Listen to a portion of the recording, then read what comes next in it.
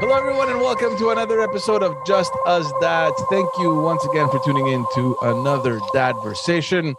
If this is your first time, head on over to YouTube, guys. We're trying to grow that channel, so do us a favor and subscribe. Help us grow that community. And follow us as well on all the other audio platforms. We're pretty much everywhere where you go and get your podcasts. Before we get started, there's a new video coming next week. Tune in. I'm guessing Monday, Tuesday, somewhere in the beginning of the week. We're gonna release it. It's a good one. It took time to make, and we hope that you'll enjoy it. And we hope you remember, don't touch. Don't touch. Yeah, Chris and George are here. What's going on, guys? Awesome. Yeah. Is it me or does it feel like I'm actually lying, so yeah, go on.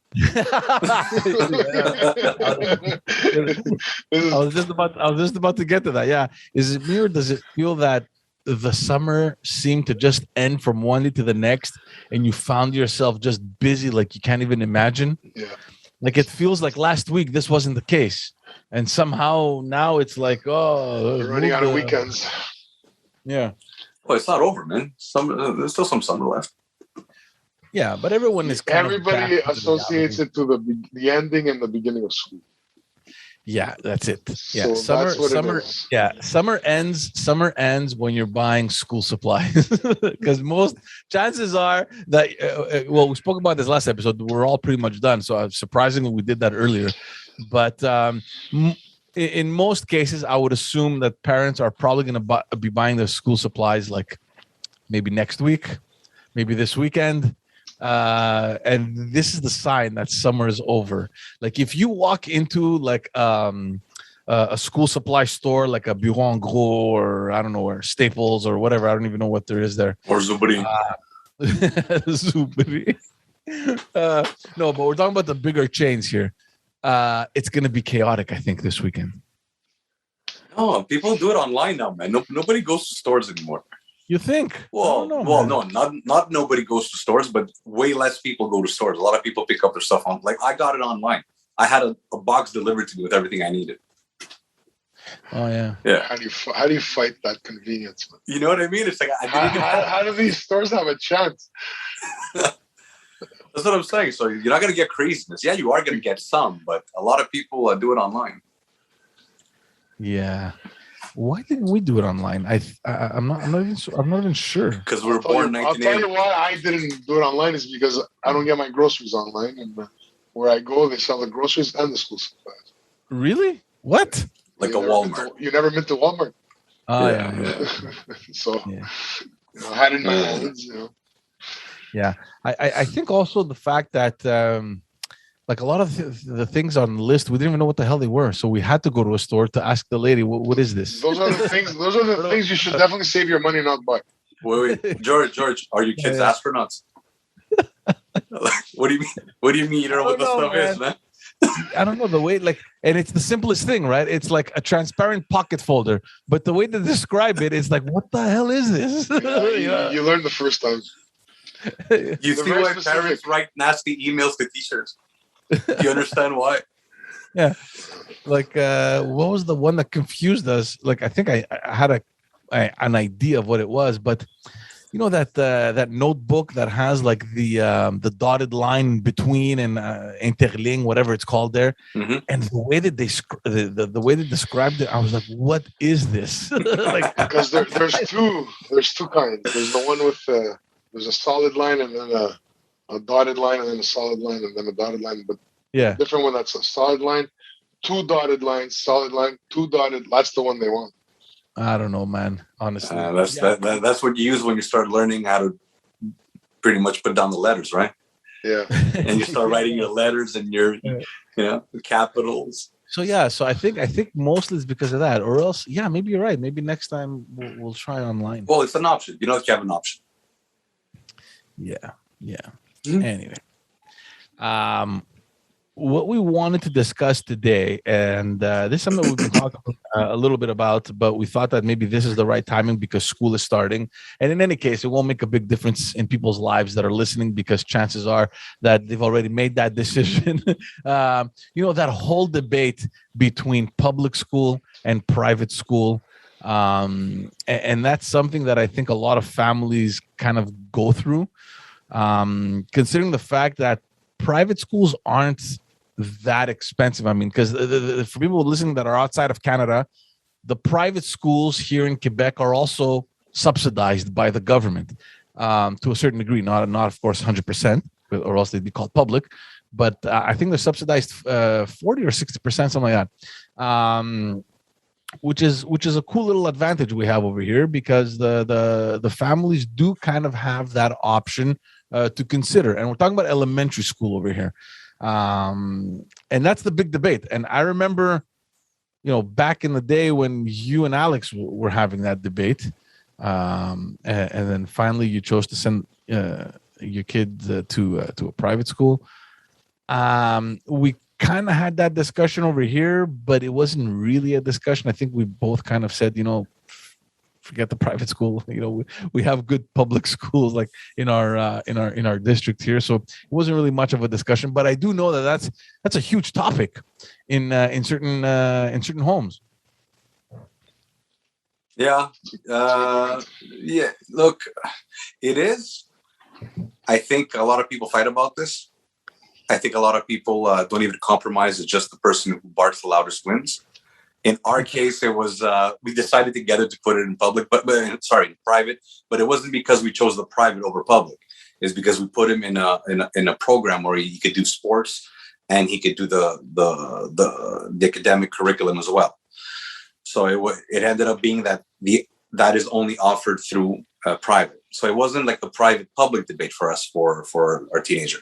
It was, but that's high school, right? Yeah. Well, you mean look, yeah, you're right, because I think the criteria are different for elementary, they're different for high school, they're different for CEGEP, and they're different for university.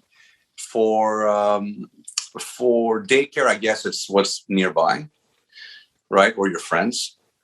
I think at elementary, the way we thought about it was actually for elementary, it was very, very simple for us. For elementary, was roots, culture, right? We're not in heavy academics yet. We're not in the big curriculums and the schools that are ranked first. We didn't care about that. It was something familiar, something close to home, something warm, culture, language. So obviously, it was where I went and where my wife went. So it was an easy subject. It wasn't even a debate.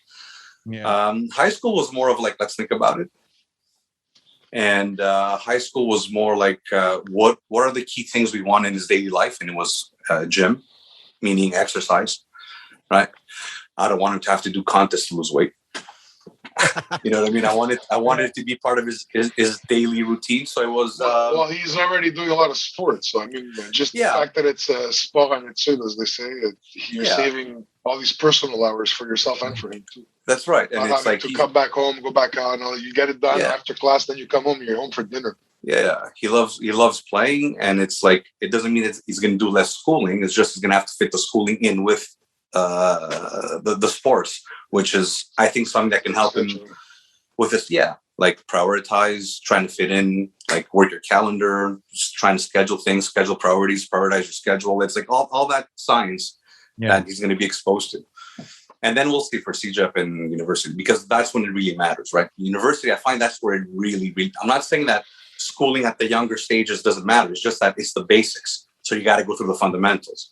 Yeah. But once you're in CEGEP or in like university, that's when it's not as like, okay, let's just go to the nearest thing, or like, let's go with ranks. That's the only time they're really choosing what they want to do. Yeah. I don't look, the CEGEP for me is still a big question mark. I was in and out. Did it really matter in my academic progress? I really don't know. I don't know. I have a feeling that CEGEP is there kind of like a buffer between high school and university for the kids to kind of figure out what they want so that they can direct themselves towards, and it doesn't really work. I don't know. Maybe it's just the way I feel. No, I agree with you on that. Yeah. But because you know what it is, it's more of you're wandering, you're a generality. You're getting exposed to different ideas. So the idea there is to get as much electives, or at least get exposed to different things by obviously like being in a program. Yeah, there is a focused program, but you're exposed to like other things, and then you start focusing and being more specific in university. Let's just put things into perspective. Like for the people like yourself who want to go into engineering or any pure and applied sciences or stuff like that, maybe it's good. Like it's that half step where you do a little bit more advanced math than you do in high school and prepares you for university. Like that, I understand. But for someone that's going into like social sciences or, you know, whatever, any other program, you know, like business or marketing or whatever, does it really make a big difference? I don't know. Yeah. For me, the one that counts for me, and university, like you said, it really depends on what they want to do. They're gonna figure it out and, you know, go into whatever program that they want to study. For me, the one that counts the most is high school, which is why I didn't pay too much attention to elementary school. I said, look, you know, I don't want to spend $5,000 a year times 2 because they're 2 kids times 6 years each on elementary school, when you can put that money to a good high school, for example, to a good private high school.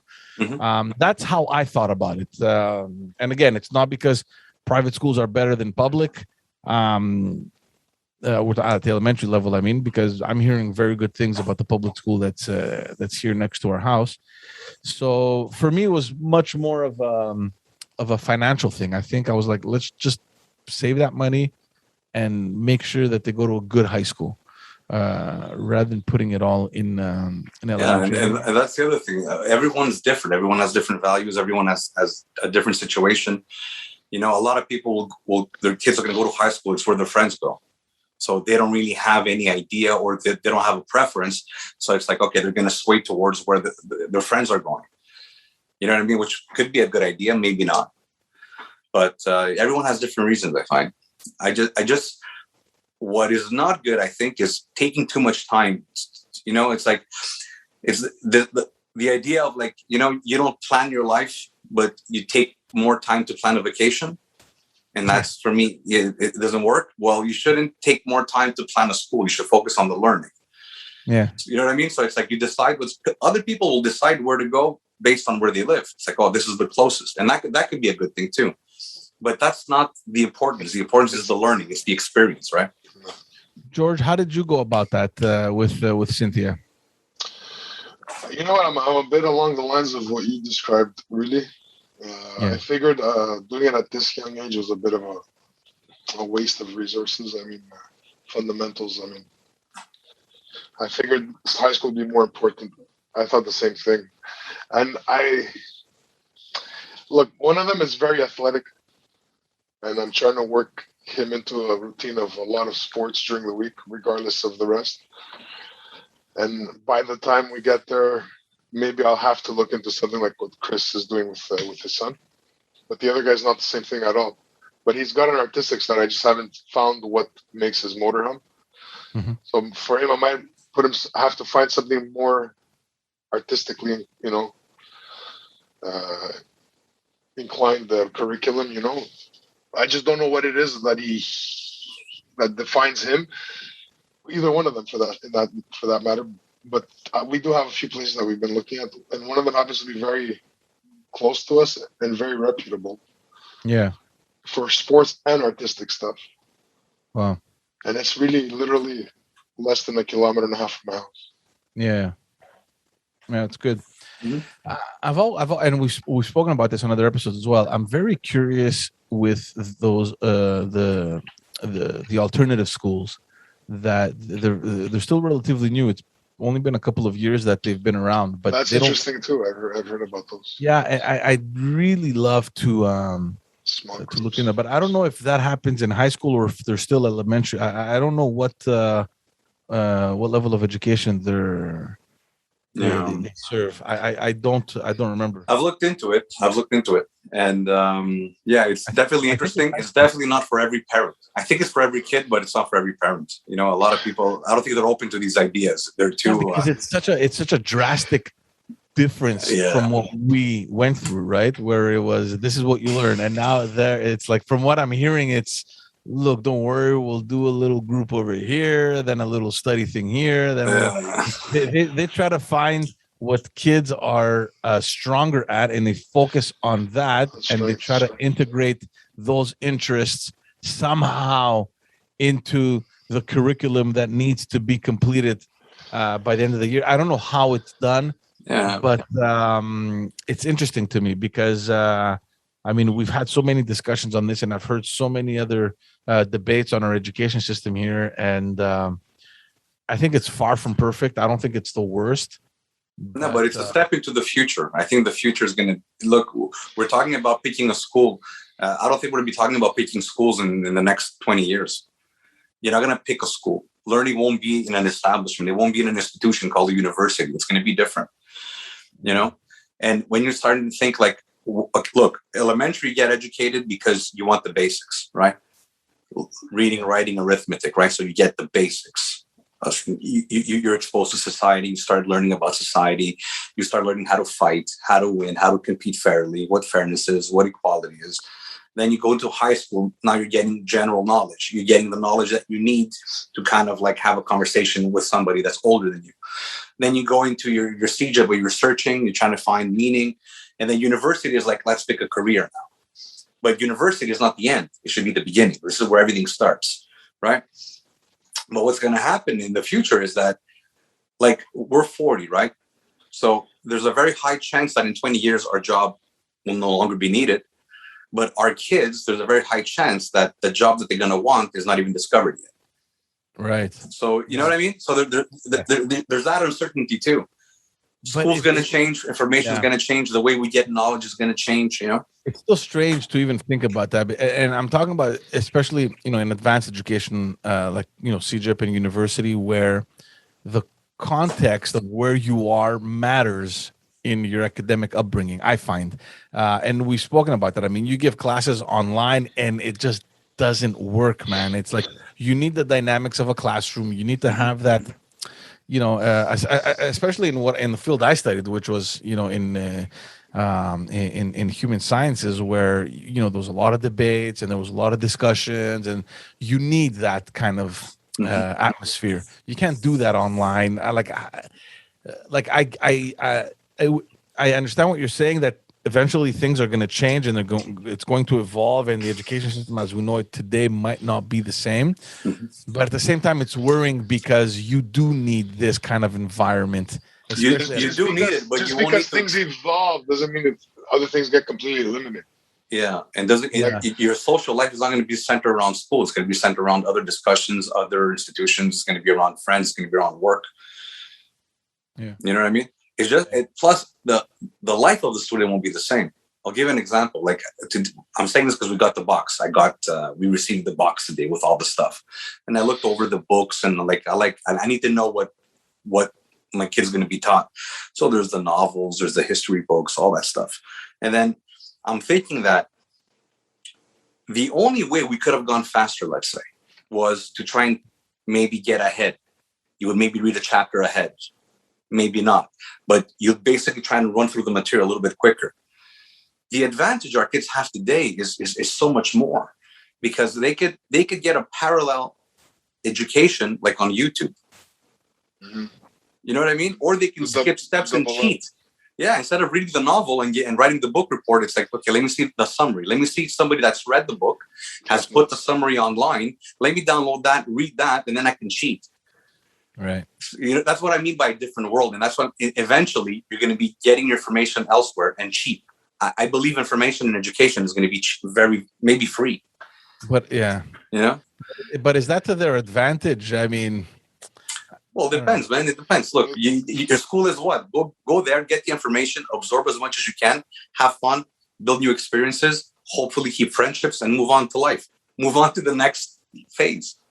It's also about establishing habits of learning, which, like you said, have to perpetuate way after, long after the school is done, right? It doesn't end when you get your degree. So how do you develop those habits if your first reflex, and my wife is like that. My wife can't read a book. She can't. She's gonna start like 2 pages in. She's gonna be like, screw this shit. What's the end? Let me go to the end. Maybe she doesn't learn like that, but maybe she could learn with an audiobook or a summary. Yeah, or a summary. Yeah. But I mean, if you're used to consistently, I'm sure she's glad you shared that with everybody. she says it openly too. Like if your reflex is always to think about the shortcut, then okay, let's get the summary. Has anyone else written about it? I'm not gonna read. That's totally me, by the way. You know what I mean? Totally. How are you gonna? I don't know. How are you gonna develop that curiosity to think? Okay, what does this guy talk about? Let me read that. Okay, interesting what he spoke about. Who else talks about this? Let's see. Like that's what I do. Like every time I read a book, I look at the references. Like because a lot of these people, like I don't read novels. I read either historical stuff or political stuff or that kind of things, or like leadership things. And a lot of those books, they have references, and that's where I get clues on. Okay, cool. Oh, this guy I've never heard. Okay, let me see what he's written about or she's written about. That kind of gets that ball rolling. And there's always new stuff coming in. Yeah. You don't develop these habits if you're always thinking, screw this shit, man. I just need the summary. Yeah, look, that example was an example where I said that they could cheat, right? But I started the example by saying that they could go and get more information. So, example, they're getting exposed to, I don't know, whatever, Nietzsche, let's say. Yeah. And then let's say you like it, but you don't want to read that. What you could do, you could go on YouTube now and research or search Nietzsche and find debates on his philosophy, a little bio that you can absorb in little nuggets easier without having to read a book. So now you could be exposed to a lot more information quicker, and it will show you if you're interested or not. Sorry? Yeah. And you grasp it all too. Yeah. And then it's like, okay, that could be complementary to what you're reading. Yeah, what George says is cool. Like the whole thing about grasping it and keeping it, because you're doing it through a medium that you're interested in, you're into. Like reading a book, you may doze off, your brain goes elsewhere. Meanwhile, you're still flipping pages, but you're not really in the book. You're not really reading. You're not really understanding. It's not staying in, right? And that's something that has happened to everyone pretty much about high school, college, university, where you study like crazy just enough to do the test. As soon as you complete the test, you've already forgotten everything you've learned. Yeah, because that's what I tell my students too. That's the people that learn how to pass an exam. Yeah, those are not the people that learn. Those are the people that learn how to pass an exam. Yeah. There's a big difference. You can have somebody fail an exam and learn more, and have somebody pass with 100% and forget everything and learn nothing. You know what's going to be tricky, and this is because we are that generation now, right? When we went to school, and you were studying things that you thought were useless, and it happened to me. You go to my parents, I'm like, oh man, what am I studying?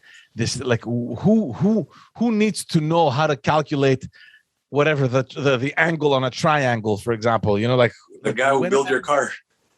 Yeah, and the plane that takes you to Greece. That's the guy. Do you really need though? Yeah. Yeah, I'd say I'd start there. So no, but there's so many things like that where you're like, who cares about this? You could have said something like a poem on drugs. That's useless. That's totally useless. Not the angles of a plane. You know what I mean? Maybe you're right. I'll take that back. Like 14 years old reading, Les Fleurs du Mal. There you go, my Baudelaire. There you go. So we are that generation where when we were doing that we're studying that, and we went to our parents saying, God, why do I need this? Our parents were like, shut up and study it because it's going to be important. But now, I think we're that generation where we're kind of going to agree with our kids. Like, who needs this shit? We're going to encourage them to skip it. But no, I don't know if you're going to encourage them to skip it, but it's like, how do you, I don't know, how do you navigate those waters? Because it's like, they're right. I'll tell you how I do it. I do it. Because I teach my kid, and look, mine is older, so I can have these conversations. But I teach them the difference between schooling, training, and education. And they're all different things. So reading Le Fleur du Mal is part of your schooling. Get through it, get the most out of you can, see if you can feel it, see if you could relate. And later on in life, you may use a reference in there that will make you think, aha. Training is you train hard to become good at something you're going to need like a skill. So take the training, repetition, keep doing it. And education is answering the why. It's being wiser than everyone else. It's not a degree. The education is on really understanding the situations, you know what I mean? Using your intelligence to your advantage and to serve you and your family, humanity, blah, blah, blah. So it's different things. So you still have to do the flawed. You still have to do the mundane stuff and the uninteresting stuff, or the things that we think are not useful or generic. But you have to go through it. Going through it is also good. Yeah, because here's what sucks. And we're going back to the way our education system is designed. Even though we know that is, it's completely useless. And unless you become like a teacher in French literature, you will most definitely not need that. You know what I mean? But here's the thing. Now as a parent, if your kid doesn't do that and gets a bad grade, it'll affect him, whatever, in his report card. And then that because the school system is made in a way where he needs that grade to advance to whatever level, or to another school, or to high school, or to CEGEP or university, that he needs that. And that's what sucks. That's what sucks. Even that could be the end of it very, very near. I hope so. Like in the near future, that you won't get standardized testing, and I don't think you're going to have these kind of grading systems. And that's what the alt school does. Yeah. There's no grading system. There's no reference, and we're trying to put everybody in little boxes, because the bell curve is the bell curve. You're going to have a few people do really, really well. You're going to have a few people do really, really bad. And then you have everybody else in the average, which is called the average. And that's why most parents are like, hey, as long as you do better than the average, which is a good indicator, but it's not everything. But I think we're getting smarter than that, because today, you said it, school is an industrial concept. Right? It's an old idea. It's an idea to make workers quick, educate them quick, which is more like training, and put them in the marketplace fast, so they can have a career. I think we're getting past that, because that just really focuses on academia. Like it's an intellectual exercise, and other people have other skills. And there's so many people that we know that we went to school with, and even if we haven't gone to school with, that we read about, that have gone on to do very well with their lives. They've become very successful businessmen and businesswomen, and who, when they were in school, they were like the worst. Like when we were back in high school, we're like, yeah, that guy's not going anywhere in his life, because we thought that to go somewhere in your life, you need to be like 80 and above, type of thing. Like, oh, you're not a good student, chances are you're not going to go far in life. And that's not true. Yeah, it's not true. Of course it's not true. It's not true. And you know what? I have a book for Joanna. Yeah. Okay. There's a book, like, she'll be able to read this. It's by Robert Kiyosaki, and it's called A Students Work for C Students and B Students Work for the Government. B students work for the government. And you know what? You're going to read it. You're going to be like, wow. Like, well, look, obviously it's very generalized and it's not true, but there is a truth in that. Yeah. You know what I mean? The C student is going to be more of an entrepreneur. Somebody who doesn't want to follow. He doesn't want to be stuck in timelines. He doesn't want restrictions. He's learned to get by through his struggle. That's right. And he's going to use other people. He's going to be like, hey, did you read? Can I have the notes? Can I copy off you? And then, and the A student is the person that's going to always try and do well, but they may not have skills that are like entrepreneurial, or they might not have the leadership skills. So they're going to probably end up working for the C guy, right?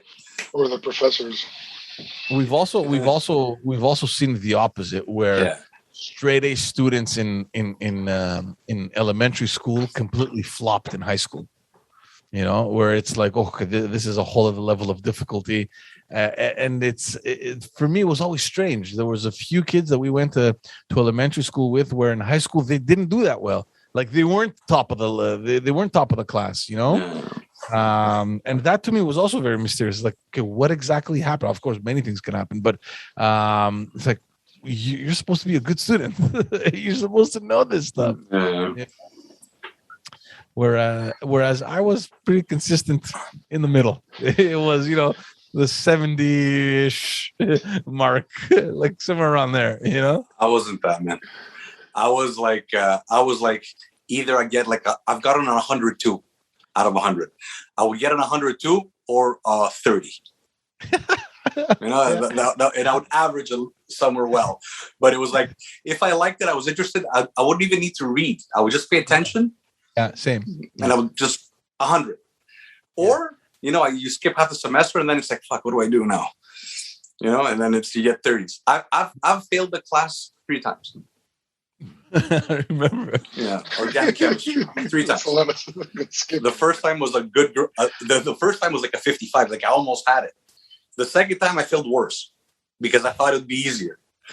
Yeah, you know, I got it. The time after that, I'm like, okay, you know what? Okay, look, I don't really need to show up all the time and study, but now I get it. It's like third time I'm doing it. Sorry, and then I failed that again, and then I redid it Saturday, where all I had to do is do that, and I think I got a 98. Yeah. I got a 98. Yeah, you know, so that's what I was. But it's not only me. Most people are like that. If you like the material, you'll do well. If you don't like it, you'll procrastinate forever. But that's the problem. Like, if you don't like it, why should it be there? You know what I mean? Like, what's the point? Yeah, look, this is another episode we could do on whether the educational system is good, right? Like, I failed statistics in Egypt. I failed with a 12. Statistics actually failed you, George. It's because I didn't even bother doing the final exam, and only later did I think I should have done it. Like, even if I would have failed, I wouldn't have gotten a 12. I would have gotten maybe a 40. I don't know, better than a 12. You know what I mean? And I thought about that later. I was like, wait, that's going to affect my final, whatever it was called, la coteur or whatever it was called. George, that number you said, 12 out of 100, even if you brought it out of 20, an Asian dad would be upset. It's bad even 12 out of 20. like you know what I mean? It's a passing grade out of 20. If you bring the denominator to like 20, it's still a bad grade. Yeah, I just didn't care. And to touch on what you were saying, I did not. It just didn't get in my head. I was like, the guy was talking about, I don't even know what he was talking about. And I was like, I don't know. Yeah, you just don't care. And you know what? And that's where the Ikigai Venn diagram, right? You guys know what that is? The Venn diagram? Okay, no. It's very, but you know what a Venn diagram is, right? You have kind of 2, 3, 4, sometimes 5 circles that kind of overlap, and then there's an intersection where is pretty much intersects all 4 or 5 areas, right? Yeah. So the Venn diagram, which is like, I think it's derived from the Ikigai, but obviously there's a lot of concepts on this, is that, let's say you want to pick a career, or you want to pick something that you want to do in your life, or you want to guide your kid through that process. Well, the first circle is you got to do what you like, or at least, you know what I mean? They say passion, but let's get real. Like, the chances of you doing something you're really passionate as a career is not that high, but you gotta like it. You gotta have a passion, or at least like it. The other circle is you gotta be good at it. You gotta be at least good at it. It's like, what were you good at? You would go with people. Would you go with numbers? You wouldn't go with statistics. I wasn't good with chemistry. Yeah. You know what I mean? So you're good at. And then the third circle, which makes the Venn diagram, right, is it has to pay. It has to make money. So when you kind of superimpose all these kind of together, in the center where all 3 overlap is your career, is what you should be doing. So you should be doing something you like. You should be doing something you're good at. And you should be doing something that can pay money. Yeah. Because let's say you remove one. Let's say you do what you like and you're really good at. Well, but it doesn't pay. Well, that should be a hobby. Yeah. Right? Because you're good at it and you love doing it, but it doesn't pay. So, you know what I mean? Yeah. So you have to start thinking of things like that more. So for me, that analyzing that Ikigai diagram is more important than taking 17 hours to pick a school. Right. That is way more important than, he's going to go here. It's ranked 4th. It's ranked 3rd. Or, hey, he takes a bus and he's there in 6 minutes. You know what I mean? But even the school rankings, I don't know how they calculate it. I don't know if it's based on result. It's a lot of things. I've looked into that too. It's a lot of things. It's not that it's dumb. It's just that I find in today's world, it's not as important. Like, wouldn't you want a school that teaches a little bit of entrepreneurship, a little technology, right? Like teaches the future. You know what I mean? It's like, I think the preppy school, the old fashioned conservative preppy school with the uniform and you do everything right, like an example at Notre Dame, let's say, I think that's going to go away. Right. It's gonna That's my opinion. Go away completely. I don't know. Maybe not. Yeah, maybe not go away, but probably evolve. Yeah, exactly. Evolve.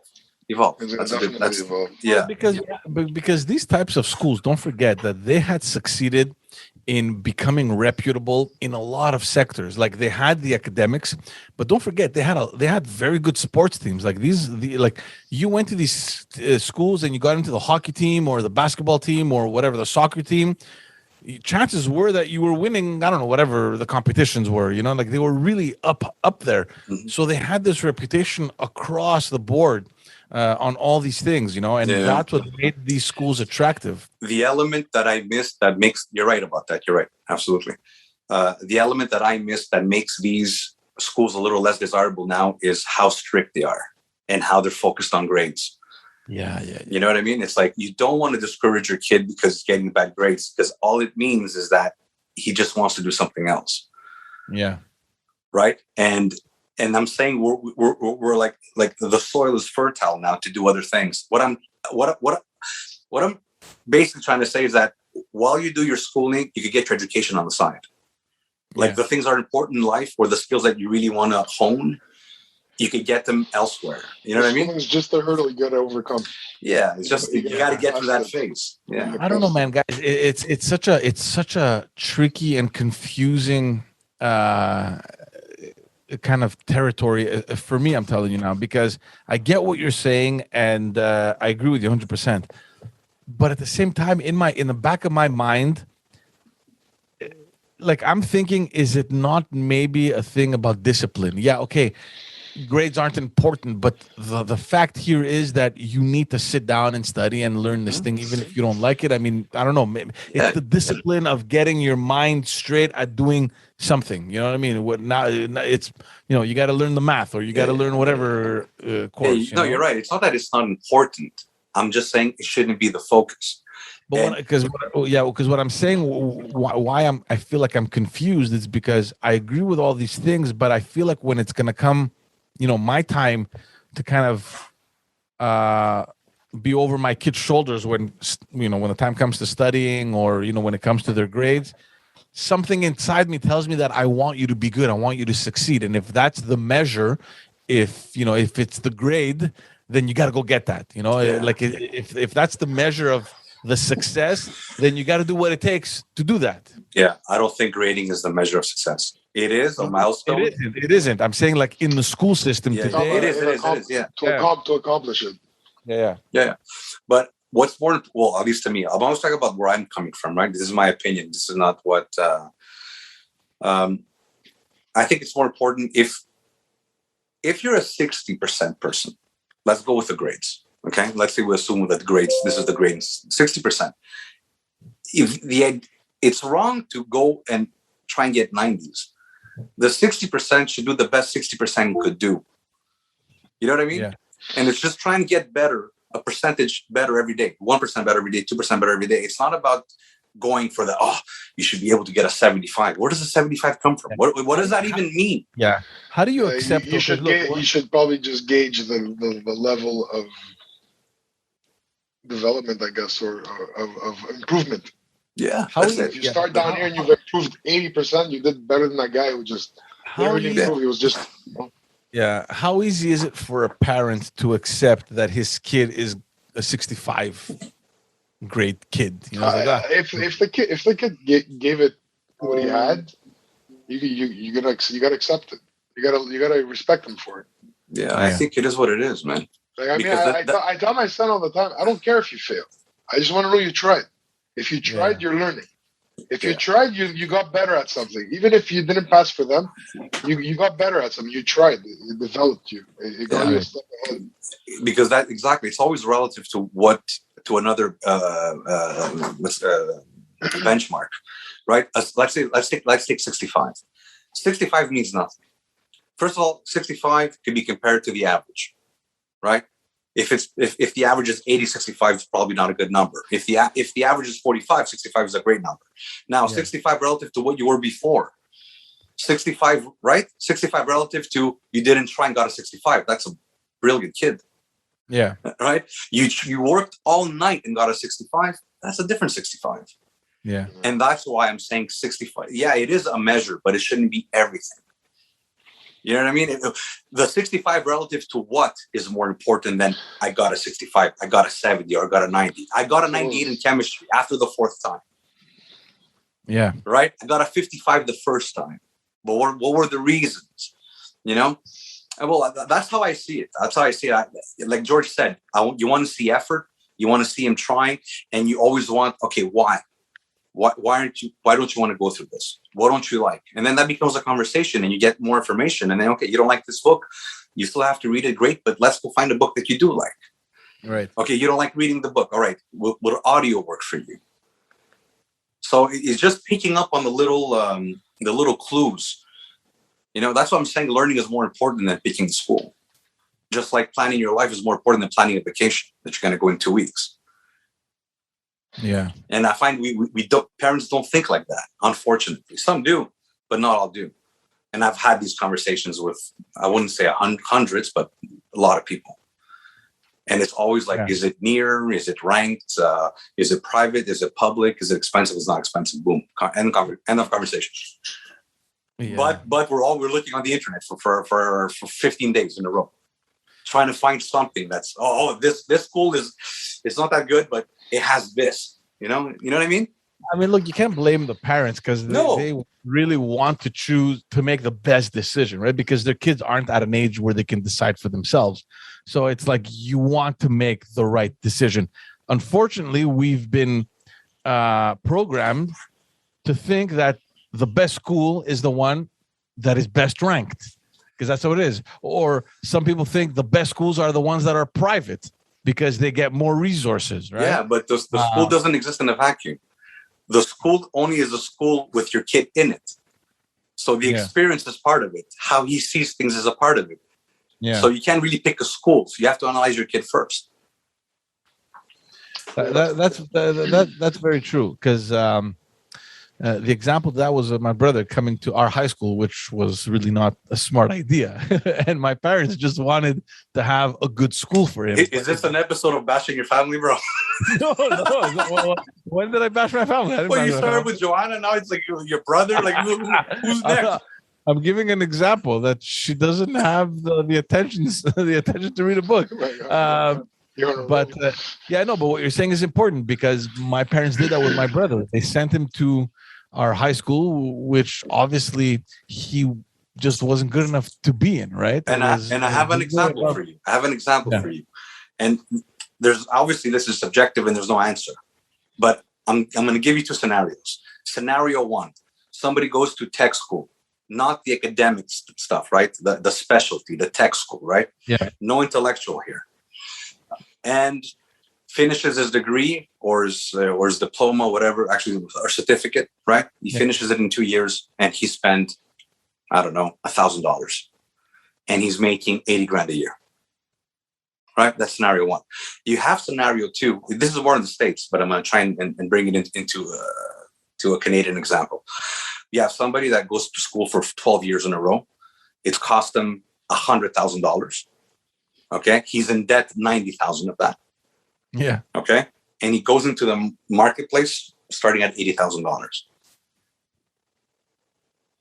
Yeah. You know what I'm saying? That is a big problem in the US. Well, it's not a problem. It's a choice. It's not a problem. It's a choice. And it's like, it doesn't mean that one is better than the other. It's not necessarily a choice, because you have the entire construct of society that is based around where did you go to school? Were you good? Yeah, don't listen to society. You have to stop listening to society. I know, but I mean, when you're looking for a job and you know that the school, especially in the U.S. with all these Ivy League schools where people are looking, oh, wow, you went to Princeton. Oh, wow, you went to Harvard. Oh, this or that. You know what I mean? And apparently, because we don't live in the States, we don't know how it is. I mean, there's another magical door that opens to get you whatever job. Yeah. But at the end of the day, like you said, does it really matter because you're hundreds of thousands of dollars in debt? Well, guys like Musk, Bezos, Cutler, Diamantis, they're disproving the entire system. Yeah, exactly. They're doing the exact opposite. It's like you know what? We hire for attitudes. You'll learn the skills. We'll teach you the skills. You learn the skills very, very quick. Come with a good attitude. Why? Which is why life skills are more important than academic skills. Right? Yeah. Like the soft skills is important too. It's not only hard skills. You need the soft skill. And the world is changing. But so I'm not downing education or schools. I'm just saying that school is, like George said, is something you got to go through. It's a phase in your life, but the real learning is done on the sidelines too. 100%. Yeah. Don't underestimate the learning in the sidelines and in the trenches. And it doesn't mean you have to go and become a doctor, right? Like our Greek parents really thought you're a doctor, an accountant, a lawyer, an engineer. That's it. Everything else I don't understand. I don't know what they do. I don't know why accountant was up there. No, but like, and I don't want to. No offense to any accountants out there. The ability to like, compute numbers. how is how is becoming an accountant in the top 4? No, but it's all there. It's all there because it's secure, it's needed, and it makes money. The thing is that out of these side professions, I don't know what the probability is, but if you listen to the futurists, those 5 jobs are probably not going to exist in a few years. Yeah, maybe not medicine. I mean, or to some degree. Well, not all medicine, but the people that look at X-rays for sure. Anything that's iteration processed, observation geared, is going to disappear. Like the psychologist will not, but the guy that looks at X-rays, like 15 X-rays a day, that guy is done. Even the engineer that just does structural analysis, he's done. We'll get a computer to do it. Quicker, faster, no mistakes. He doesn't ask for a pay raise. He actually, with time, he costs less. Yeah. Yeah. So I think we would be giving our kids bad advice to be like, hey, why don't you become an accountant? That is bad advice. Well, that's the other that's the other big question mark. I mean, we're not there yet, right? I mean, no, but what I'm saying is don't box him. Like, give him the opportunities. Open up his mind. Yeah, like I'm still at that phase where it's still cute, right? Where my older daughter now she doesn't understand, but she understands a little bit more than she did last year or the year before. And sometimes she's like, Baba, let me, and it has to be a secret, right? I told her last time, she goes, when I grow up, I want to be a singer. I want to be a singer. Shh. Oh, that's awesome. Yeah. And then yesterday or today, she goes, Baba, shh, let me tell you something. When I grow up, I want to be a detective.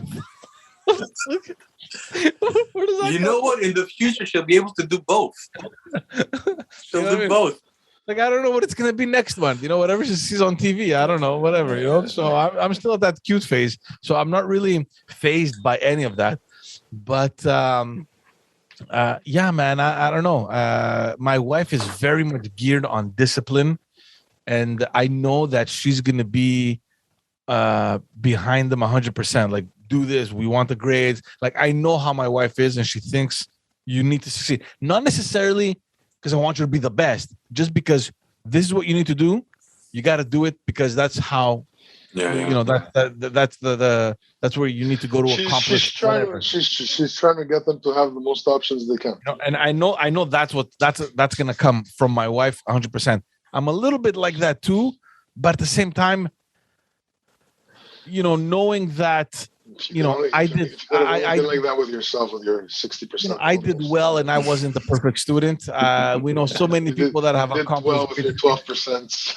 Like you're 12 in stats. 64, 70. No, but I think I've told you guys this before. I went through this phase, especially in high school, and that's where the bad habits get established, where I realized the surface and your dad's not. I realized in high school, and I paid for it later on because eventually, it catches up, but I realized in high school that if I study very, very little, like minimal, but I pay attention in class, I can get by, like Chris was saying, with 65-ish, 65, 70. And I'm like, yeah, that's amazing. It's a passing grade. Yeah. And then later on, you're like, you idiot. Like, had you studied just a little bit more, You could have had much better grades. Does it matter? Whatever. Maybe not. Maybe it does. But it was just a bad habit that I took to the point where, like, towards the end of high school, I rarely studied. CGIP, I rarely studied. You know what I mean? All the way to university. You didn't like studying, and it's fine because it's a programmed life. I did, but not as much as I should have, It's a programmed life. And I'm going to quote Kiyosaki again. He says, you go to school, you get good grades to get a good job, to get a good life, to get a high-paying job, right? And then to work 40 years, to retire on 40% of what you were making that wasn't enough in the first place. So if that is your paradigm, if that is your idea of life, that's fine. But there's so much more to that. That is so true. There's so much more to that because that's the normal, right? That's the normal. That's what's pushed. That's what you said. Society pushes. Like, you got to break that paradigm. Like, I'm not teaching that to my kid. That's not what I'm teaching to my kids. That paradigm, forget it. Yeah, because we're also at that age where whether it's our parents or other, friends of our parents that are either at retirement age or have already been in retirement for 5-10 years. And you see that shit, man. It's like they work their entire lives for this. Like, this is what they're making now, man. And but it's understandable from their end, George.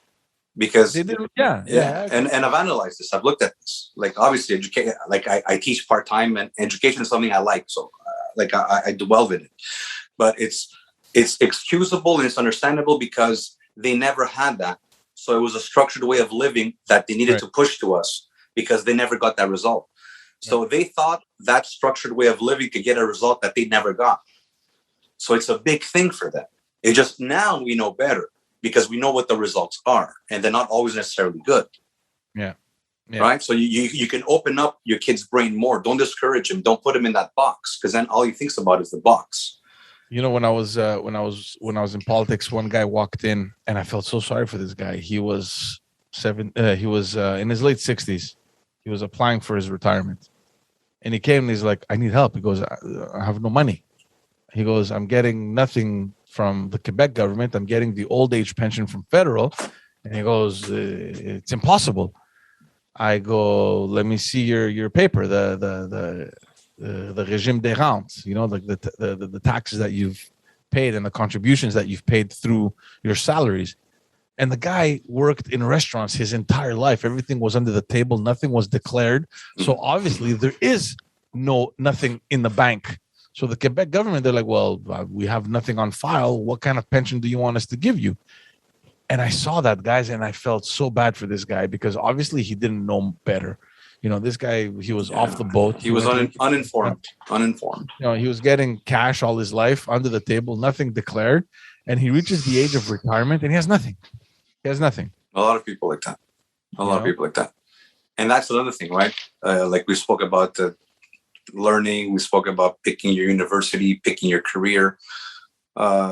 Money is one of those equations you need to solve too. You don't have to become a millionaire, but treat money with respect. It is part of the equation you need to solve. But that definitely has to become a standardized topic in the curriculum. It has to be, like, at some point. Absolutely. I mean, we can't go on ignoring that people go on through their entire academic progress without any basic knowledge of finances. And I'm an example of that, by the way. You know what I mean? Yeah. So it's unacceptable. I think it's at least that should, at the very least, if anything was to change, at least change that. Everything. Finances, some marketing, like persuasion skills, selling skills, like there should be philanthropy. Exactly. I think, like, in high school, there should be like this grade given, like, for this entire school year kind of pilot project where you start a company, right? And it's like, you got to go, like, how do you build a company? Like, what is a salary? What is revenue? What are sales? What are savings? What are investments? And just build like a little model, like a model business, and get graded at the end of the year, kind of thing. People are doing more and more of this stuff. They're doing more and more of this stuff. And it's the other thing that we didn't touch on is not everyone learns the same. I know we kind of spoke about it, but not everybody learns the same. And school, like if there's a cone by Dale, I forget his name, not a quote, it's actually a diagram. And it shows that most of our learning is done by doing things, like the kinesthetic way, not auditory, right? And not visual. Visual's better, auditory is the worst, I think. And actually the worst way of learning is by reading. Because you could read and then you'll retain very little, right?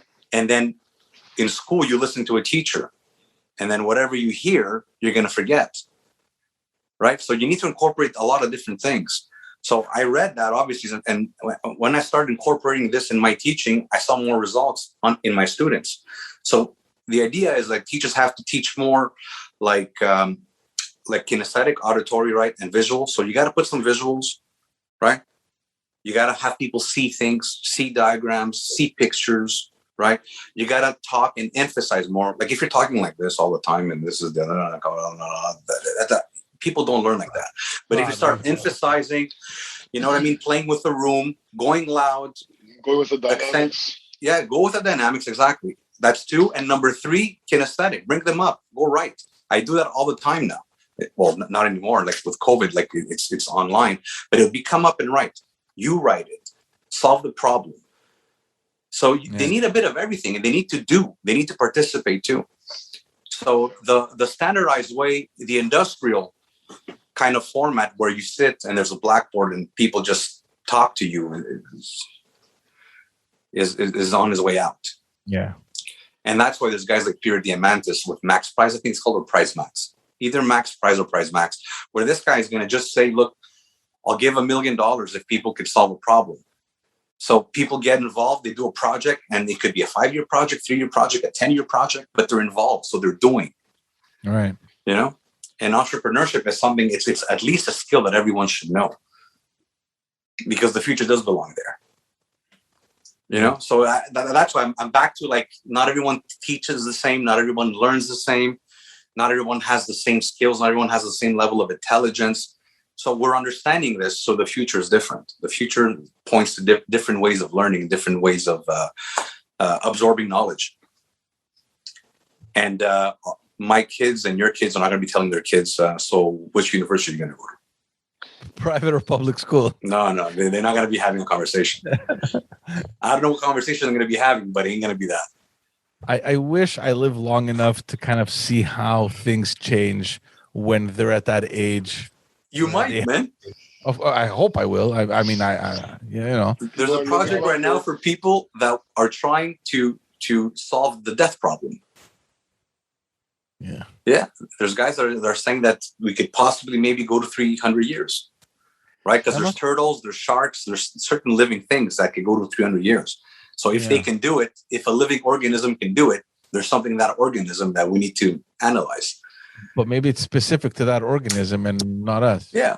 I'm just saying that you need guys to dream like that. You want those dreamers.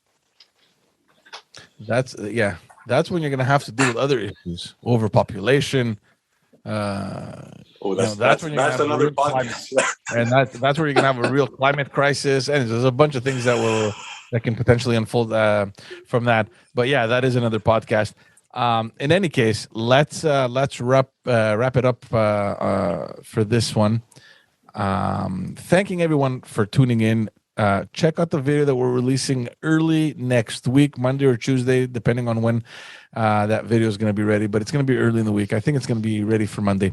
Thanks again. Go subscribe to all our social media platforms. Go hit that like button and subscribe on YouTube, guys. Help us out. Thank you so much, and we'll see you all on the next episode. Ciao, all boys. right. Bye.